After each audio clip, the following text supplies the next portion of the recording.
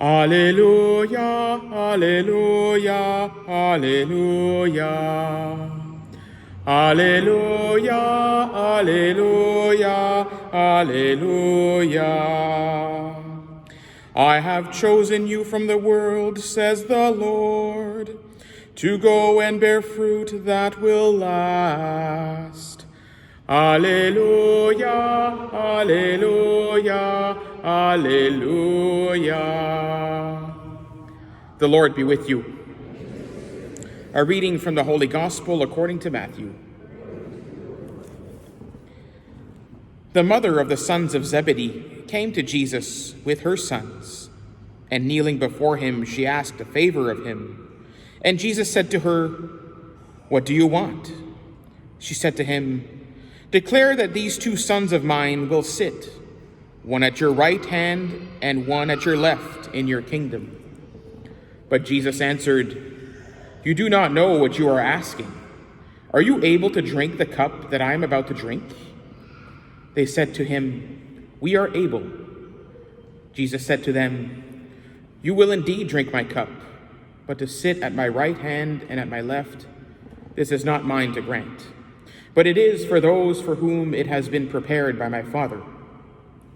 When the 10 heard it, they were angry with the 2 brothers.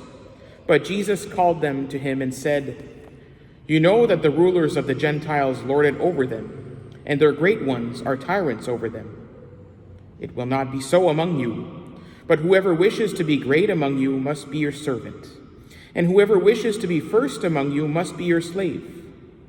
Just as the Son of Man came not to be served, but to serve, and to give his life as a ransom for many."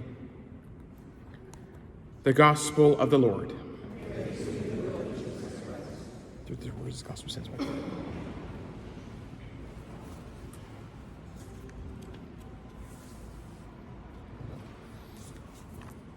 Our Gospel today is the mother of the 2 sons of Zebedee, or we also have called them the sons of thunder, because in this Gospel actually it's their mother who approaches Jesus and wants them to sit at his right. But there's another Gospel, I think it's Mark's Gospel, I believe, where they actually go themselves and they're the ones who say, "Lord, we want to sit at your right and on your left," and all this. And then there was the whole dialogue about, well, it's not for me to decide, but you will drink of the same cup.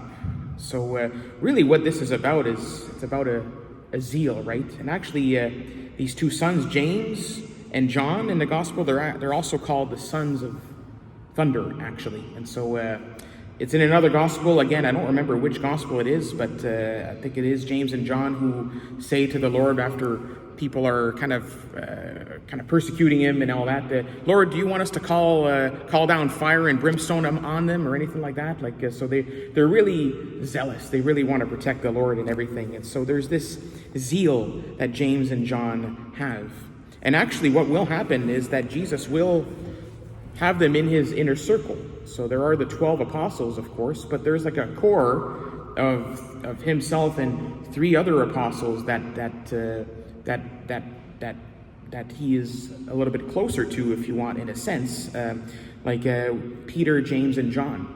The 3 of them will be the ones who will go up Mount Tabor and be witnesses to the transfiguration of the Lord. And so there's this core of these apostles, Peter, James, and John, that Jesus has. Not to say that they're better than the other apostles or that he loves them more or anything like that, but there is just this small group that Jesus reveals himself to them in that particular way.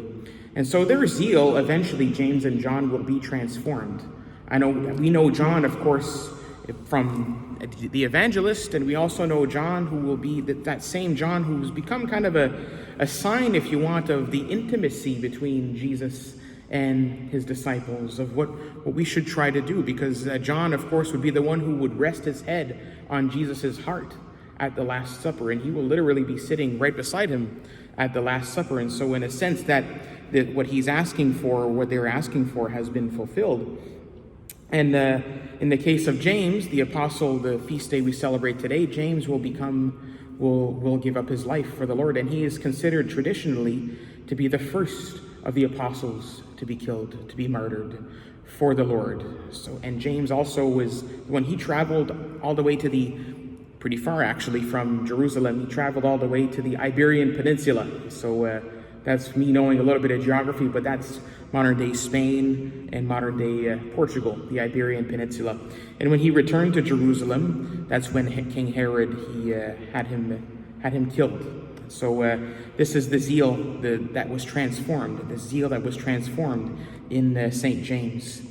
And his relics, his remains were brought back to Spain in a location now we know known as Santiago de Compostela.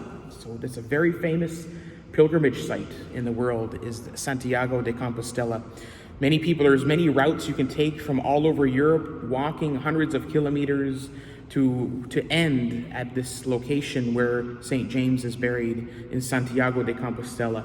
It's I've never been actually to that location, but I have been on pilgrimages before, if you want, and it's no small feat actually to be going on a pilgrimage. I mean, one pilgrimage I did, I remember it was about 15 years ago. I was living in France at the time, and there was a pilgrimage that young people could do. It was over Palm Sunday weekend. It was a pilgrimage from Notre-Dame de Paris, the cathedral, all the way to Notre-Dame de Chartres. So it's probably about maybe 30 kilometers or something like that. So it's a pilgrimage between two cathedrals. And when I think about it, it's probably one of the most memorable things I did when I was living there. I did a lot of stuff. I went to see a lot of different cities, tourism and all that, but and studied a bit here and there because it was an exchange student program, but you know, you want to see the sights and everything. And this was probably one of the more memorable things I did, was this pilgrimage, not only because my whole heel the heel of my foot became one blister, but it was quite painful, but there was just a lot of good memories and on this pilgrimage. And so I think it's a good time today, as we celebrate this feast day of St. James, to talk about that a little bit, this whole idea of pilgrimage. And there's a difference between what we would call a tourist and a pilgrim, right? We welcome all kinds of people here at the cathedral. And so many of you are here maybe on a visit here in Ottawa, so we would consider ourselves sometimes tourists or pilgrims. But there's a big difference between someone who is a tourist and someone who's a pilgrim. You know, tourists, so to speak, they come here they visit a particular place, and they take a lot of pictures, shopping, souvenirs, and all that. We try to visit all kinds of places, and we kind of don't go deeper in it. We just want to see everything, right? And sometimes we can be like that in our own lives, in different areas of our own lives. We could be tourists, if you want, in our own lives. But when we're on a pilgrimage, there's a purpose to our travel, right? You know, when you cross a border guard asks you, what's the purpose of your travel, right? So when you go over to the United States, so there's a purpose when it comes to pilgrimage, and that purpose is to go deeper, to get closer to the Lord, to actually know more about ourselves a little bit. And pilgrimages are supposed to be different. You know, when we're in tourism, it's supposed to be nice and convenient, buses here, buses there, all of that. It's supposed to be well organized, but a pilgrimage often can be sometimes difficult. It could be filled with blisters. So can tourism be, actually. But anyway, that's neither here nor there. But that's why with a pilgrimage, there are what we would call plenary indulgences, or indulgences that come with a pilgrimage, because the Lord knows that it's something that can be very, very difficult. And we are on a pilgrimage in our lives. This is what we are on a pilgrimage and throughout our lives. We are on a pilgrimage towards the heavenly Jerusalem, towards heaven. So we can sometimes call our lives a pilgrimage. And I think this is where the wisdom of Pope Francis comes in calling this year, this Jubilee year, the theme is Pilgrims of Hope. We are on a journey throughout our lives. We're not just kind of on a lazy river, just hanging out and looking at the sights and stuff like that. We're on a journey. We're trying to get closer and closer to the Lord all throughout our lives for that ultimate goal, which is that ultimate purpose, which is union with Him in heaven forever. And this is really the theme of our beautiful cathedral, is that heavenly Jerusalem. And I mention our cathedral because actually this church was called, before it was ever called Notre-Dame, there was a wooden church on this location in the 1830s, 1840s called the Church of St. James, l'Église Saint-Jacques. Saint-Jacques. It was a French church. It was a missionary outpost from the Diocese of Kingston, and that's how it all started here, was this church dedicated to St. James. And of course, what happened is the stone walls were built afterwards, the beautiful sanctuary depicting the heavenly Jerusalem. But we started out with St. James, and if you'd like to see a kind of a relic of that, if you go out the door on Gig Street over here, if you look on top outside above that doorway, there's a big statue of St. James, just kind of a nod to our foundations with St. James.